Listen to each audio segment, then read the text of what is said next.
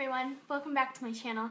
Today I'm going to be talking about how to make the best experience out of a bad situation.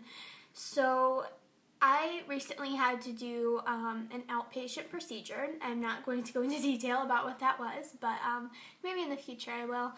And I was dreading it. So I had to do a fast for it, so I couldn't eat anything for a day. Which to some of you might sound like, oh, whatever, but to me it's like I have a lot of, like, hypoglycemic a little bit, so if I don't eat, I get really emotionally, like, unstable, and yeah, so I'm kind of a wreck with that. Excuse me. And so I really was not looking forward to that. And then the next day, I had to drive 2.5 hours and go to the hospital and get this procedure done, which I also was not looking forward to. And so some tips I have on how to make a good experience out of a bad situation are: first, find out what it is that's bothering you about the situation. Excuse me, I just ate lunch and I'm like really like, I probably should have waited a little bit before I filmed, but whatever. So first you want to find out what bothers you about the bad situation. So for me, I was really anxious and worried about not feeling well. That was my biggest thing. I didn't want to be emotionally uncomfortable or physically uncomfortable. So that was my number one problem with it.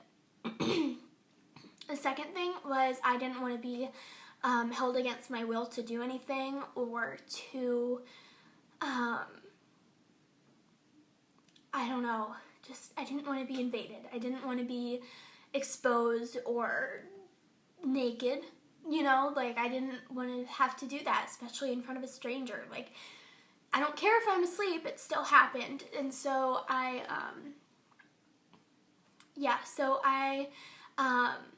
my next tip to get over that is find a way to make it better.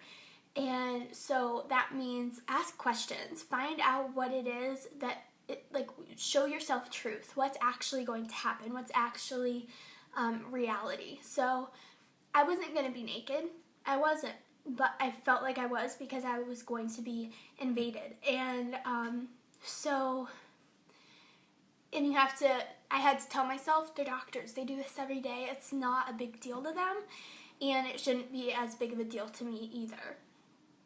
And another thing was, okay, what's the reality of not being able to eat? Excuse me, I'm burping again. Yeah, so what's the reality of not being able to eat? Okay, so I might feel hungry. I am going to feel hungry. I might have some diarrhea. You know, I might pass out. I might throw up. Who knows? Are any of those things going to kill me? No. Are any of those things going to hurt me in the long run? Probably not. So showing myself that truth really helped me to move past it. And the same with the procedure itself. I had to tell myself, I'm not going to be naked. I'm not exposed. The whole world is not going to be looking at me. And so the next tip I have is to make the best out of it. So take little pieces of your everyday life that you enjoy and just like full force, just throw it into that situation. So for me, I wasn't allowed to eat anything. So I got my favorite Gatorade. I had a bunch of gum, and my favorite gum is the mint chocolate chip from Extra. Oh my word, it's so good. It's so good. I want some right now. But yeah, so that's what I did. I took things that I knew I really liked every single day, and but it wasn't like something I was able to eat every single day.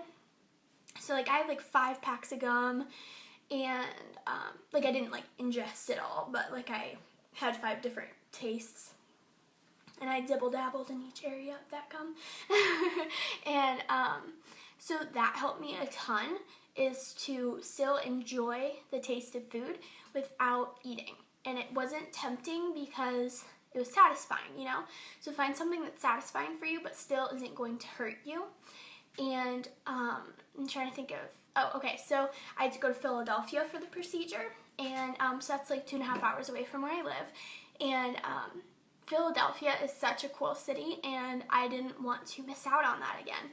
And so I wanted to go to Lush, my like all-time favorite store ever, and I did that because I wanted to, and because I knew it was going to make the best outcome of the bad situation. And so I was able to overcome the negativity and turn it into a positive experience.